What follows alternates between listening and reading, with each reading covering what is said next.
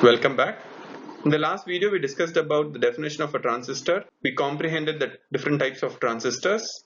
We did understand what a bipolar junction transistor was, and we became familiar with the different types of BJTs. In this video, we will try to outline the different regions of a BJT, the circuit symbol of a BJT, and comprehend the behavior of a transistor or a BJT under unbiased condition. In the last session, we did understand how a transistor was constructed. A bipolar junction transistor was constructed by connecting two back-to-back diodes. And as a result, you will have either an NPN transistor or a PNP transistor based on how you connect the back-to-back diodes. So you have either a NPN transistor or a PNP transistor. And from the diagram, you could understand that there are three different regions in a bipolar junction transistor. The middle region of the bipolar junction transistor would always be the base. This is called as the base of the bipolar junction transistor.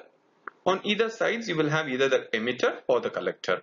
And how actually will you differentiate all these regions? And that we will see very shortly. You do have wire leads coming out from each and every region, which will make up the terminals. So we summarize that a bipolar junction transistor will have three terminals: emitter, base, and collector. And how do you differentiate all these regions? Coming on to the emitter, it has a moderate area. The emitter is very highly doped, very highly doped, and as a result, you will have more number of charge carriers. Coming on to the base of the bipolar junction transistor, it has the least area among the three regions, which means that the area of the base is going to be very small. The base is going to be very lightly doped, and the base is called as the control terminal because the base terminal is used to control the collector output current of the transistor.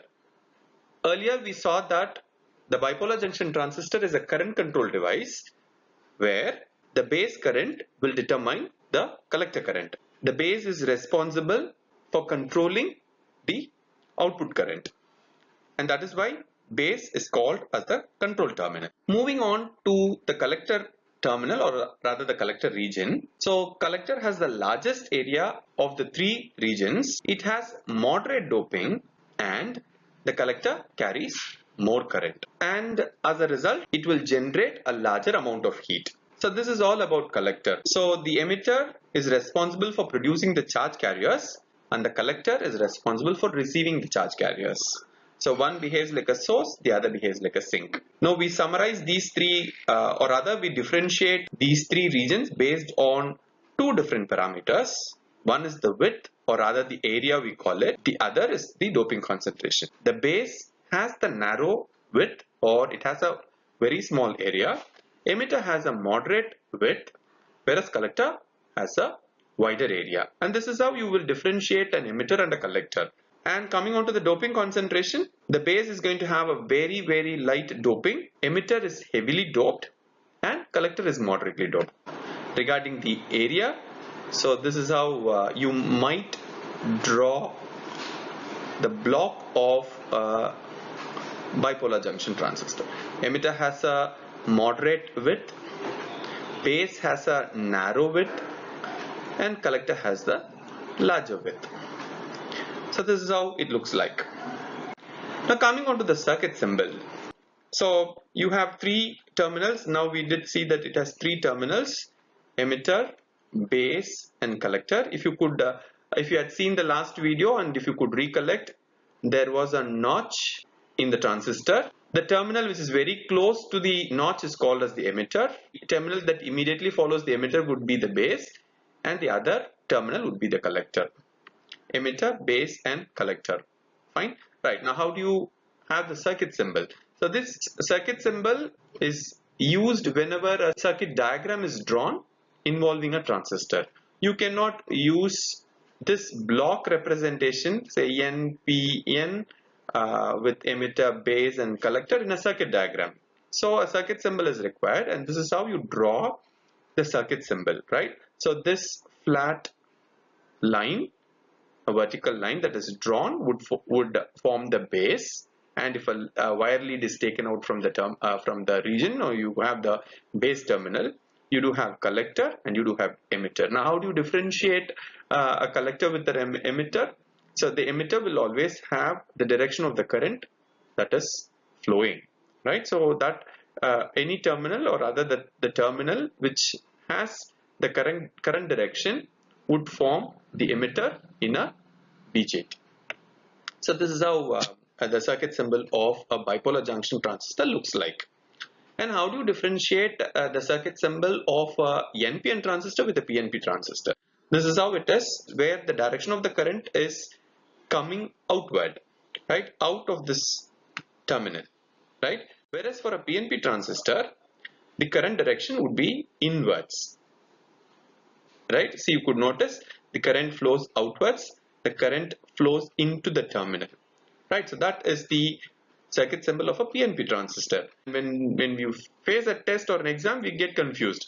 Now, which circuit symbol is for PNP and which circuit symbol is for NPN, right? An easy way to remember: not pointing in, right? Not pointing in. Now we will have it like this: not pointing in, NPN. Not pointing in, no, which means that it is pointing outwards, not pointing in. If you just remember this, automatically you will remember this. Okay, so this is how you could remember the circuit symbol of an NPN transistor and a PNP transistor. Now we will try to know the behavior of the transistor when it is unbiased. We had already seen a concept when we discussed about diode, and that is the concept that we will try to take it up here in understanding this topic. Doping, there is a good relationship between doping and depletion layer.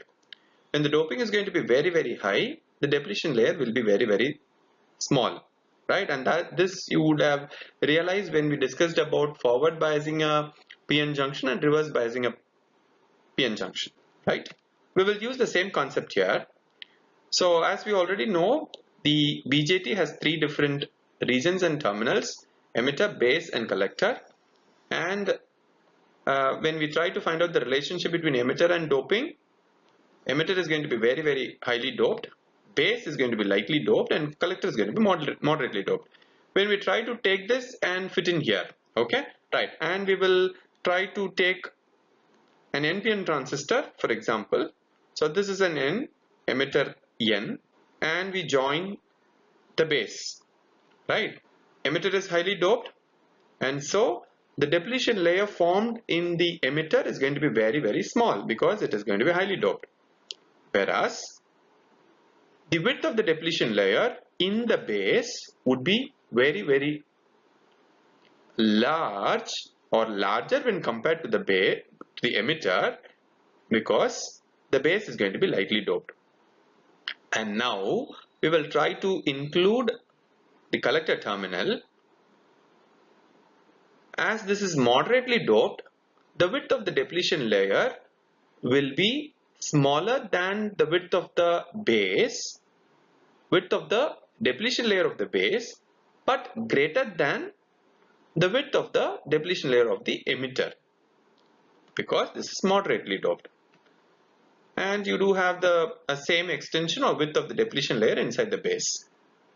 So this is what would happen when the transistor is unbiased, right?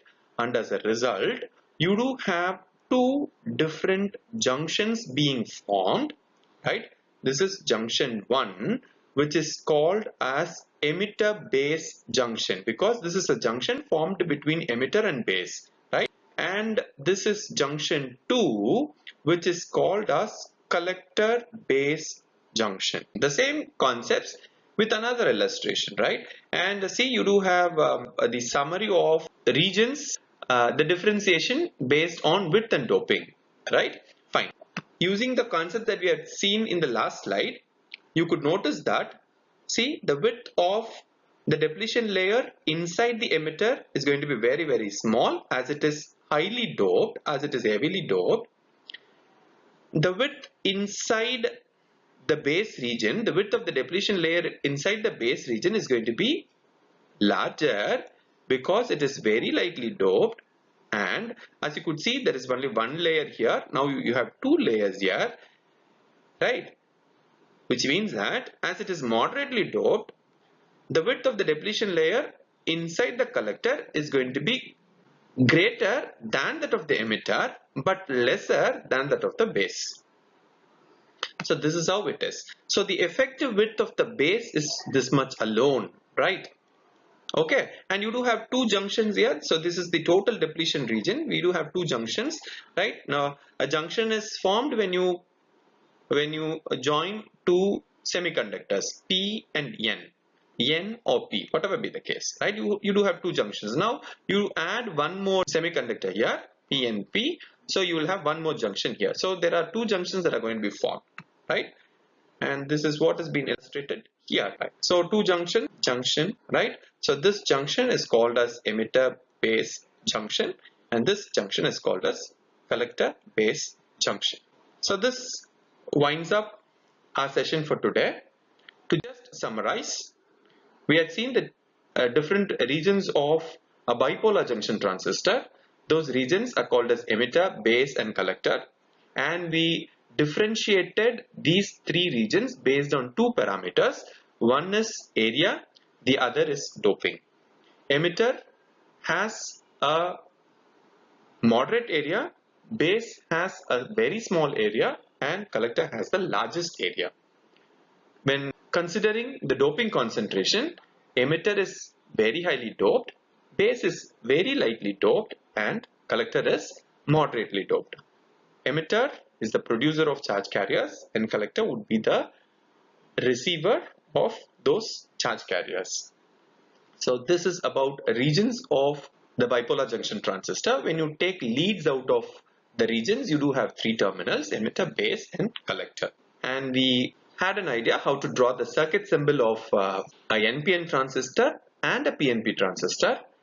And to differentiate, we did have a small jargon to keep in mind how a NPN transistor is drawn, not pointing in. Fine, right? And the last concept that we saw was how a transistor would behave when it is unbiased, under which we saw that when three regions are combined together, or rather NPN transistor is taken, you will have two junctions being formed. One is the emitter base junction and the other being the collector base junction.